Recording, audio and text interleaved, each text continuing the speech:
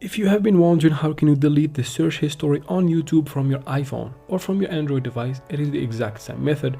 All you need to do is to follow carefully with me, because if you want to maybe clear all history with one click, or clear them one by one, or just choose the ones that you want to clear, today in this video I'll show you exactly how can you do that. All you need to do is to follow carefully with me.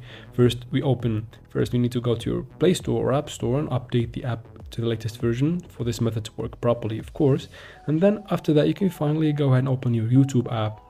Make sure you are logged in, of course.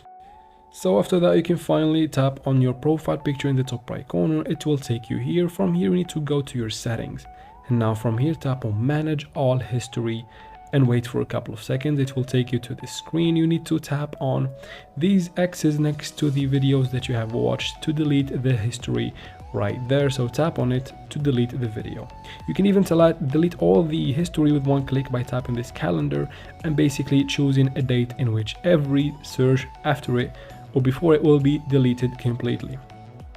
It is the screen right here. So basically, as I said, set the date, and of course tap on apply in the bottom right corner to delete the history that you want to delete.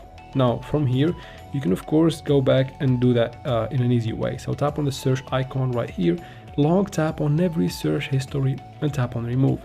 This is helpful if you want to only remove certain search histories. Now with that said, of course you can go back to the top right corner right here, tap on settings, and you might find it under privacy. If you're using some sort of other devices, it's not or similar, just tap on privacy and see if you can find it there if you did not find it the way I showed you a second ago.